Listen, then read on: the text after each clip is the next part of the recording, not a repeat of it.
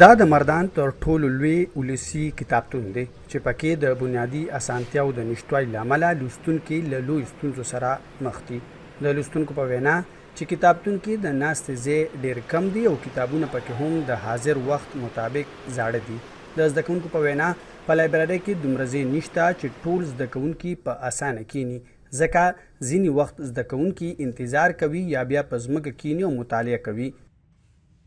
ما یو سولر د پاره په ډي سي افیس ته په سټیزن پورټل باندې کمپلینټ کړو او هغه باوجود ما ټویټر باندې هغه ته یو میسج ورکړو چې را جمع دی او دې ټایم کې کتا سم ته سولرایزیشن وکړي نو مطلب وړه را روان دي نو الته سټوډنټس به ایزی وي دا غي مطابق زما چې کوم مطلب دغه کمپلین هغه ډراپ کې واچول شو او ډي سي افیس ما ته ریپلی هم راغله په ټویټر باندې او دا غي باوجود هغه نه سدلته انکوایری وکړه نه راغله. سیکنډ چې کوم دی سولرایزیشن هم انشته مطلب ګرمي د سټوډنټس لپاره دغه یو مین ریزن دی. نیکسټ ما دي د لپاره یو بل دغه دوی د لپاره کړو چې دلته کې د اوبو صفه اوبو ډېره غټه مسله ده چې دغه ډیګر دغه کې اکثر چینج شوی وای فای ده. وای فای دلته کې نشته، سټوډنټس راشي دلته کې خو سیګنلز کار نه کوي. ما سره خپل پیکج تا ما سره تقریبا 50 جی پی نت دی خو دلته ما سره بیخي کار نه کوي. ما ته اوس د یو فلسفي تیوري چې کوم دی ضرورت راغی ریالیزم باره کې ما سرچ وکړ ما سره کار نه کوي. دا لایبرري په 1991 کال کې جوړه شوې وه. اوس پکې شاوخوا 15,000 نه زیات رجسټرډ ممبران دي او تر 40,000 زیات کتابونه پکې موجود دي. دې لایبرري ته د کالج او یونیورسيټي هلکان او جنکې راځي. همدارنګ هغه کسان هم راځي چې د سی اس اس او پی ام اس تیاری کوي.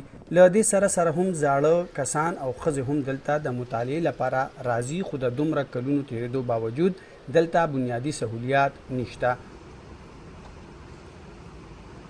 د سپیس کمی دی نو هغې د وجې دلته بیا نور کتابونه نشي راتللی.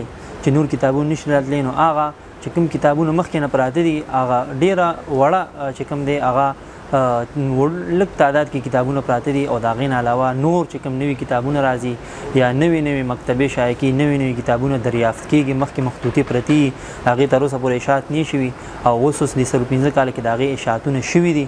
د هغې دلته کې ږدل هغه دوی ته د سپیس د وجې ډېره زیاته مسله ده. د لایبرري انتظامیه وایي چې دوی حکومت ته څو ځله د مسلې ویلي دي خو تر اوسه یې ستونزې نه دي حل شوې. عظمت علي شاه، مشال ډیجیټل، مردان.